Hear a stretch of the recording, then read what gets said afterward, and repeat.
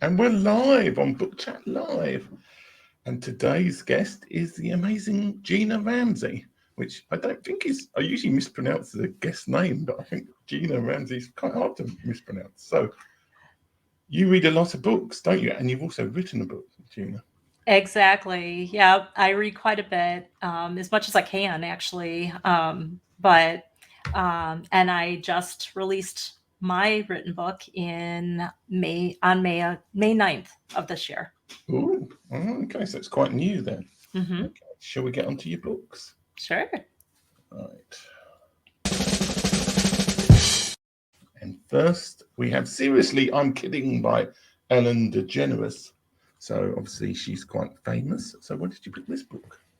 Yeah, so I read this book a very, very long while ago. I don't even know what year, but I still have it on my bookshelf. Yeah. And it was actually my introduction to humor writing, and the first humor book I actually read. Uh, so I love her observational humor, like observing things and then doing a humorous spin on it. So Yeah. So you've not always been more in the comedy sort of scene then. Is that a fair assessment? Or is I've it all you didn't think you could write comedy? yeah, I wasn't sure if I could write comedy. But I've always loved the comedy scene, comedians, funny movies. So but her book was the first humor book that I read, and it really had an impact on I like that really lighthearted take on things. And so that's why I enjoyed her book so much. So is it kind of is it like autobiography or is it more just a story? And what sort of book is it? Yeah, so it is, she has all different sorts of things, kind of jumps from topic to topic. She has tips on different things like how to get rich, tips on Yeah. gambling, tips on gift giving. One of my favorites was her list of pros and cons to making a list of pros and cons. So, but each has like a little fun humor thing to it. So Yeah. So it's it's a kind of comic non-fiction book, I guess. yeah, light and fun. Hmm. Okay, let's get on to the next one. Tuesdays with Morrie, An Old Man, a Young Man, and a Life's Greatest Lesson by Mitch Albom. Yes. So why did you pick this? So this is another one that stays on my bookshelf. The books that I absolutely fall in love with, I keep forever. And I love the way this story unfolds. Morrie is a professor. The person who wrote the book was one of his students and had lost contact with him. Became very he became a journalist, had everything in life, and found out that his former professor had ALS. Yeah. And so he started interviewing Morrie about life, and really um, Mitch thought he had everything going on, but he learned quite a bit from Morrie in light of his ALS and his illness. And um, again, a little bit of humor in there. Just it really shows perspective in life, and the importance of family, the importance of the perspective that you walk through life, regardless if you have an illness, if you don't have an illness. And so that's why I loved it. And my kids read this book back when I read it, and they Yeah. still say that this is one of their favorite books. So it's kind of sounds like a profound book then. Mhm.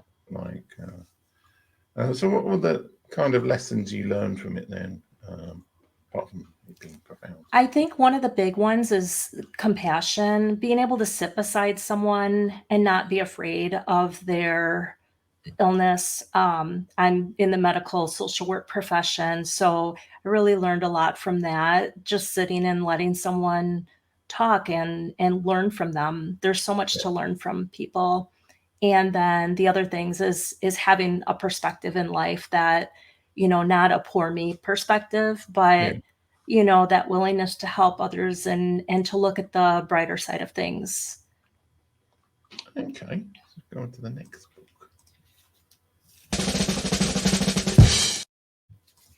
The Last Lecture by Randy Pausch and Jeffrey Zaslow. Can you mispronounce that? Yes. So, why this book? So, similar to Tuesdays with Morrie, the last lecture, this is another professor, and he was diagnosed with pancreatic cancer, and he had an opportunity to speak at the college graduation ceremony. And he was quite ill at the point in which he did this presentation, but he felt very compelled to talk to the graduates and again put a perspective in life, putting his life in perspective as to what's important. And a lot of what he spoke to is like living your dreams. He had worked for Disney as an Imagineer, plus he did a whole bunch of other different types of career things, but so many of the things that he did were dreams of his, and he really wanted to drive that point home to encourage others to live your dreams, seizing the moments in life when you have them, because you never know when you won't have those moments. Yeah. So I'm seeing a little bit of a theme here. Most of your books seem to be about, self-help's not really the right word, more kind of life guidance, I guess. Is probably, yeah. And even Randy, through this book, he has some humor spin in it as well. So that silver lining, so to speak. Yeah. Okay. All right.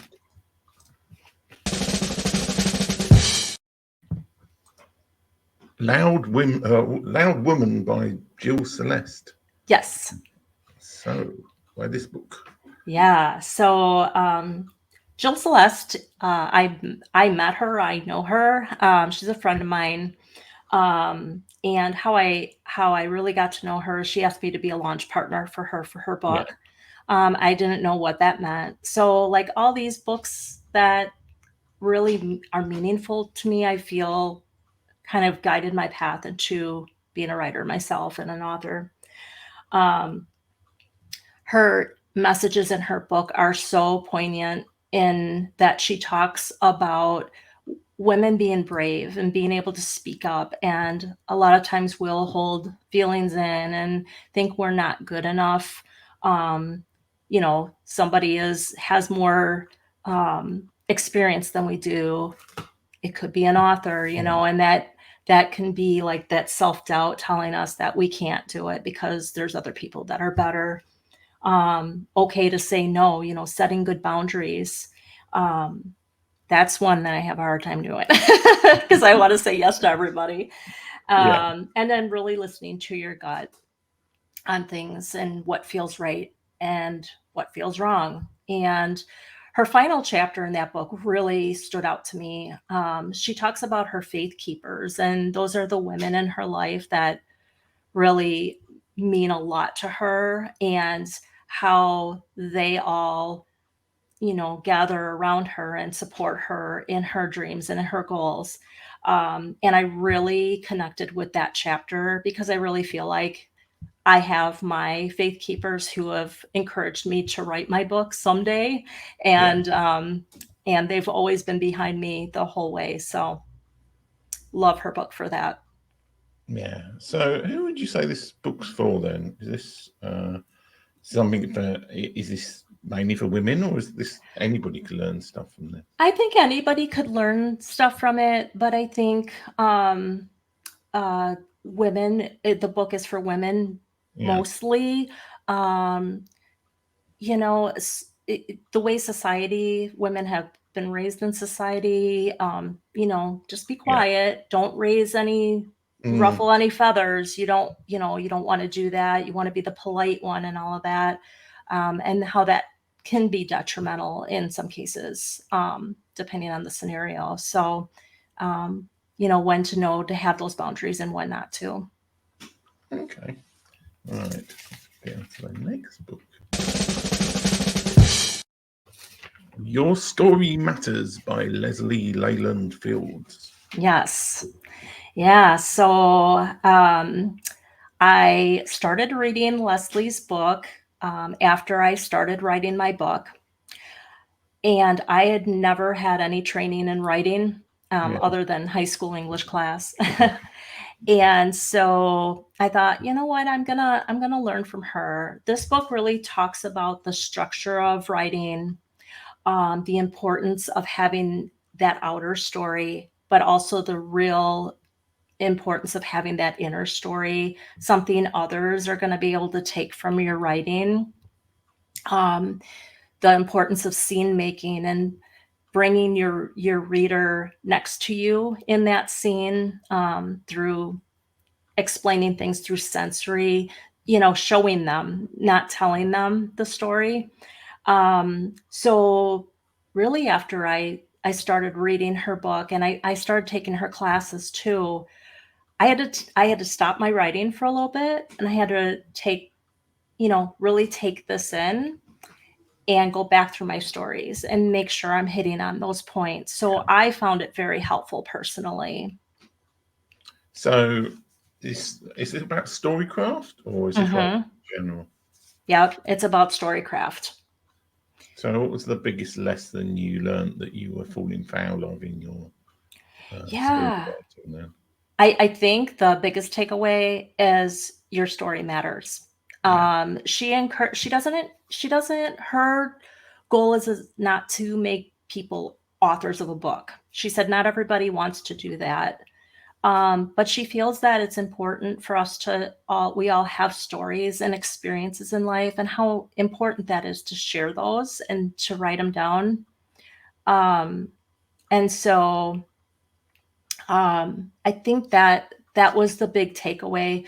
But as far as the craft of writing, I really feel like that the showing and not telling really stood out for me, and I found it really helpful because when I was working with my publisher, she would give me comments like, I need you to show me more. Don't tell me. I need you to show me. And so it really helped me to understand, because my publisher is Debbie Keevan with Highlander Press. So I felt like it helped me to understand Debbie's language when she was talking to me and giving me suggestions. So yeah, I mean that's one of the. It's so easy to just end up. I mean, what that is like you don't say. She felt very cold. You show her shivering kind of thing. yes, that's a really terrible example, but it's a good example though, because it's really doing everything indirectly rather than just like stating it's kind of you're on the show or whatever. You would be saying like you're preparing your microphone, you're doing the thing. It's that indirect, letting people rather than just forcing people to see what the book's about or whatever. It's good advice. Absolutely. And I feel another thing that I took away from Leslie, because she mentions it in the book and also in her classes, the importance of being a good reader. Like reading helps you to learn to be a good writer. But after taking her class, now I'm seeing things that I didn't see before. Yeah. And especially with the scene making and the showing and not telling. So there are some books, I read one that it was, the guy just told stories, and I was like, okay. Yeah. So. Okay, let's go on to the next book. Globejotting by Dave Fox. So, yes. Seems travel based. Is that right? Yeah. So Dave Fox, the first book I read by him was Getting Lost, and it is mishaps, which my book is about mishaps in Yeah. life. But it's based on travel experiences that he had. And I'm like, oh my gosh, there's always a mishap in travel experiences. So I had actually bought both books at the same time. Globejotting, he teaches the craft of writing, but he puts the spin of travel on that. So he teaches folks through his writing on how to, when you're traveling, how to journal those special moments, those funny moments, those moments that really stand out to you, but not losing sight of living in the experience. Because if you're traveling to Europe, of course, you don't want to miss those experiences. So he teaches a good balance on how to make sure you have your ideas down. He said, because if you don't, then you'll lose them all when you come back. So yeah, so I love his writing. Fantastic. Yeah, well, amongst all the hundreds of other things I do, I've also got a YouTube travel channel, so I can kind of sympathize. It's quite hard to balance that, like, oh, this would be a good thing to film, and then it's like, but I don't want to be just filming. I want to be enjoying as well. So it sounds like a good interesting book in terms of doing that kind of stuff. Yeah, and I love travel. So, and I actually was asked last night at a author meet and greet how often I journal, and I said, well, probably not as often as I should. But when I travel, I journal a lot. I journal the whole trip and those funny moments. So I really loved reading his book and seeing areas where I could maybe tweak what I do when I travel. Yeah, I think it's worth recording it in some way or other. I mean, mine tends to end up on Instagram stories. I'm not necessarily a journal personally, but I think it's helpful because you just forget things, and it's a good way to remind yourself of stuff. Absolutely. Anyway, we should go on to the next book. My Healthcare is Killing Me by Julie Klein. So I'm guessing this is not a self-help book. It's not. Julie's book, I'm usually a book jumper, so I'll start reading a book and I'm like, oh, and I start reading another one, I'll jump over to that one.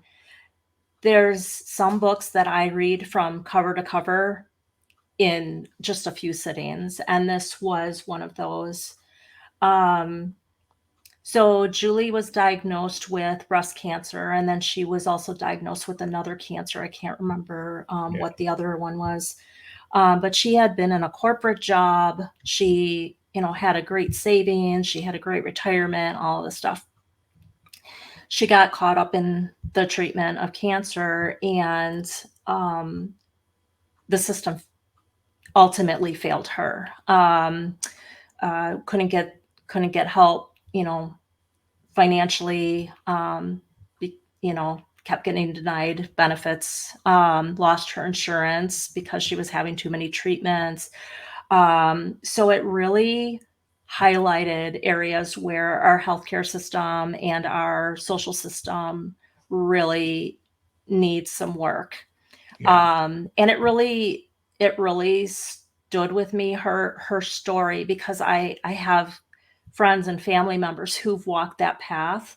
And I reheard their stories through her telling her story. What's really interesting with Julie's take on it, though, is she's a humorist as well. And so she weaves some humor into it. It's not funny at all, but her take on things are a little sarcastic, snarky. And the really neat thing about Julie is I know her personally, and she's another one that didn't go to poor me. I'm sure she's had moments, but she is so full of joy. So again, she's another one where her frame or her perspective on life is making others happy and wanting to continue to tell funny stories despite all the horrible things that she had to walk through with her with her healthcare issues. So she really shares how to make a difference. Yeah. So it sounds like it's both a biographical book about health issues and also a kind of study of the US healthcare system, which, like most healthcare systems, well, is far from ideal, but I think there's probably bigger issues with the US one than a lot of other countries have. That'd be a fair assessment. Absolutely. Yeah. Okay. Well, shall we go on to the final and most exciting book? Yes. Burnt Gloveboxes by Gina Ramsey, which is you. Yeah. Yes, so, why did you write this book? And, so I experience a lot of Murphy's Law type things. If it'll happen to me and my family and some of my friends. So for many years, I would tell my stories to people and they would say, "Oh, you got to write a book. These are hilarious stories." And so I kept saying that. And so I had written up my outline. I had that for about 20 years. I took it everywhere I went. Even when I traveled, I would take this outline. It was in a folder titled Burnt Gloveboxes. And I would take it with me just in case a story would come up or in case I wanted to start writing. So I actually started writing it in November of 2021 during what it's a writing month, November writing month event, NaNoWriMo. And and then Debbie Keevan kind of plopped into my lap and she read a sample of it and loved it. Yeah. So it's a series of comic.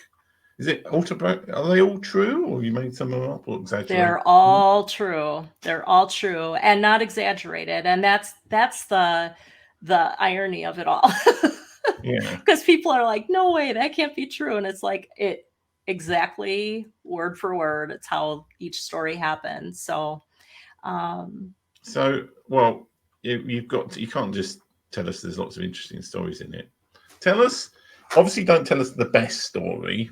I mean, you're probably going to have the whole trailer episode thing from films issue here. You don't want to show the best. Don't tell us the best story, but what's the second or third best story in your, or even the most outlandish thing that's kind of in the book?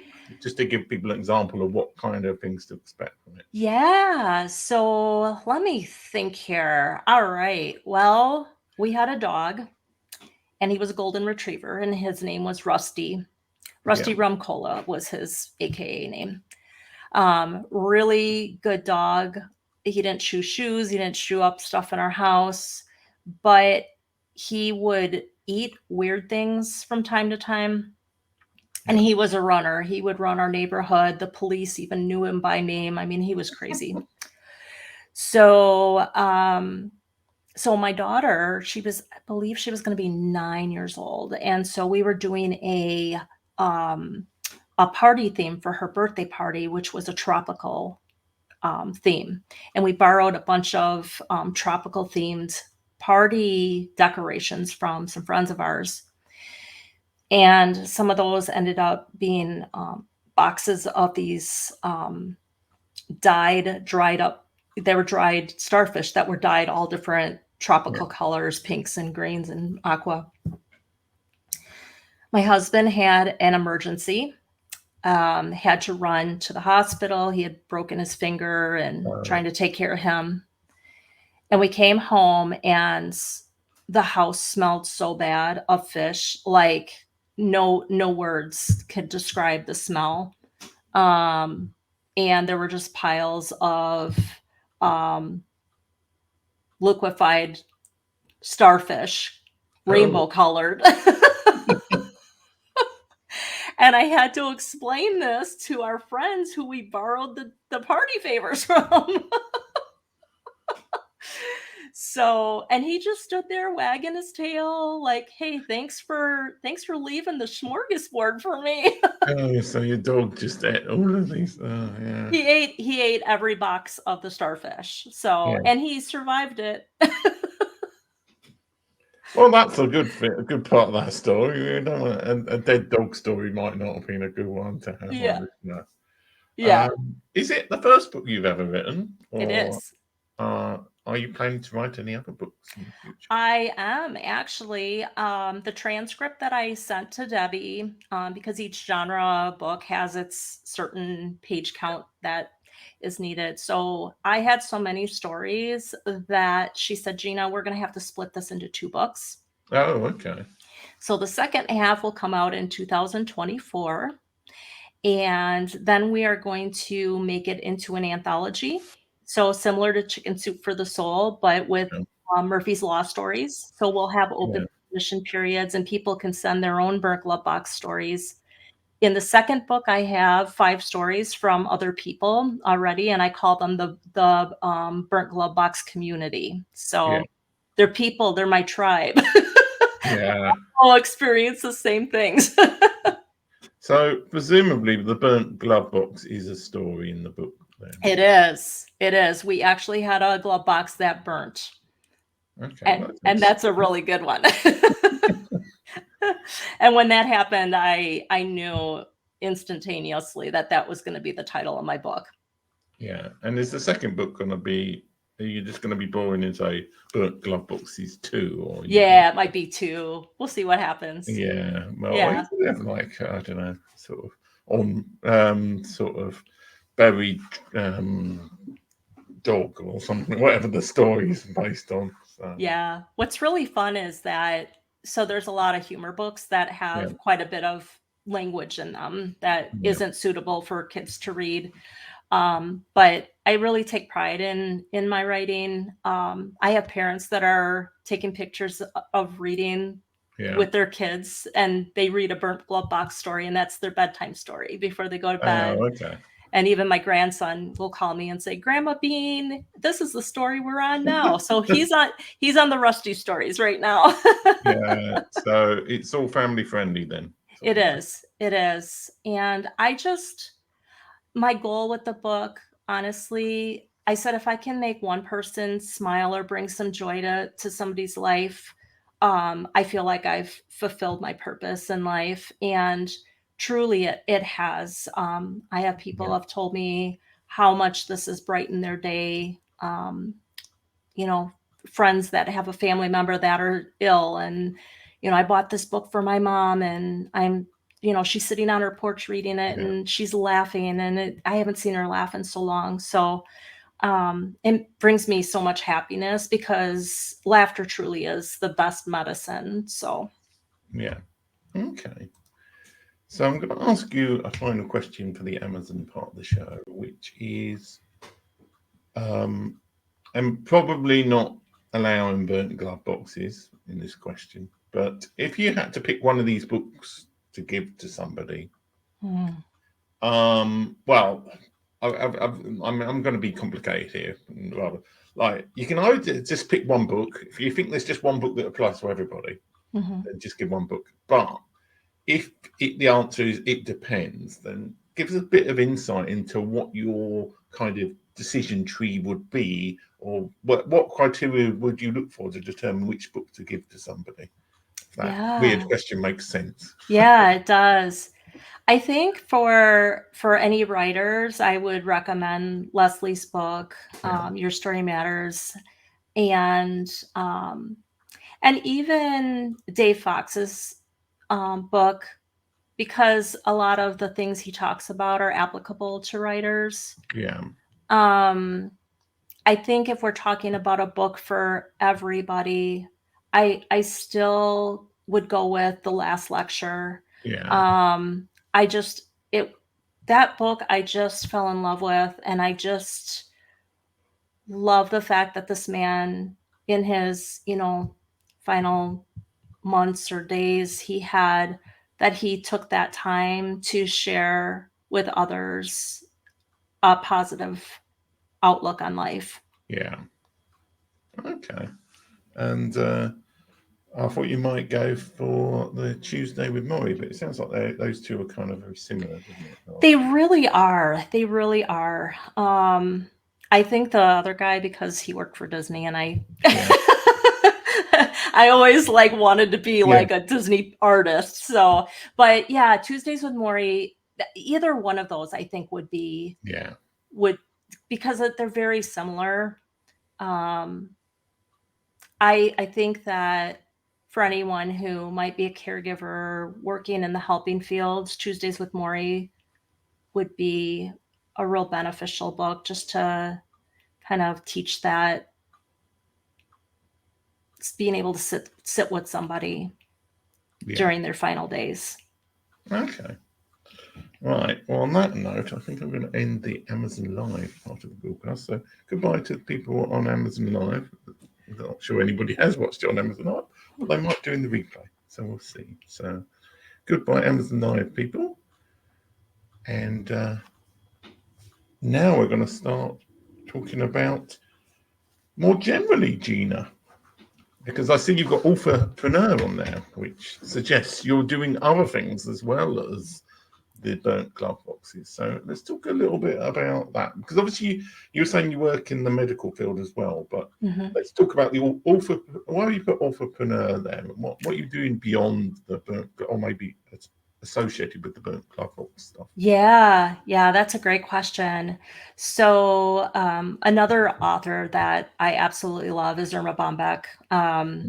And Debbie actually compared my writing to Irma's, just looking at the silver lining in life. And so I attended the Irma Bombeck conference last year, and I attended it virtually.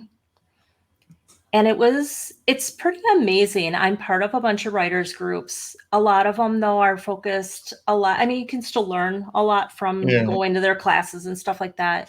But a lot of them focus on fiction writers or poetry, different things like that. There's not a whole lot for humor writers. And so in the chat during the conference, a bunch of the humor writers that were attending virtually said it would be so cool to have our own writers group. And so 3 of us, myself and a lady from California, and then Julie Klein, the author of My Healthcare is Killing Me. She lives in Florida. The 3 of us are the facilitators. And so we bring guest speakers to our meetings.